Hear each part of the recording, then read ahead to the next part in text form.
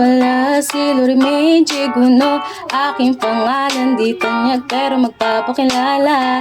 Hilig ko kumain, magbasa at umawit. Pamilya ko di kalakihan, bahay namin maligali. Dito sa aming bayan, Muntinlupang pangalan, 23, 5'2" ako nga pala. Mahilig din matulog, mag-inom at mag-aming. Hindi man halata pero isang estudyanteng iyakin.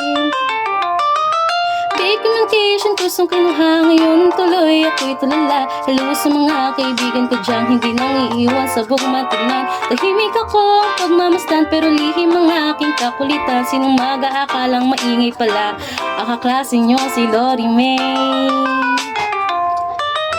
Tulog man sa bahay, abi niya. Pag nilibre mo ay sure akong sasamayan. Ako ay siya paholic at tukartan nasa isip. Nababalo sa K-drama pag ako'y na-addict.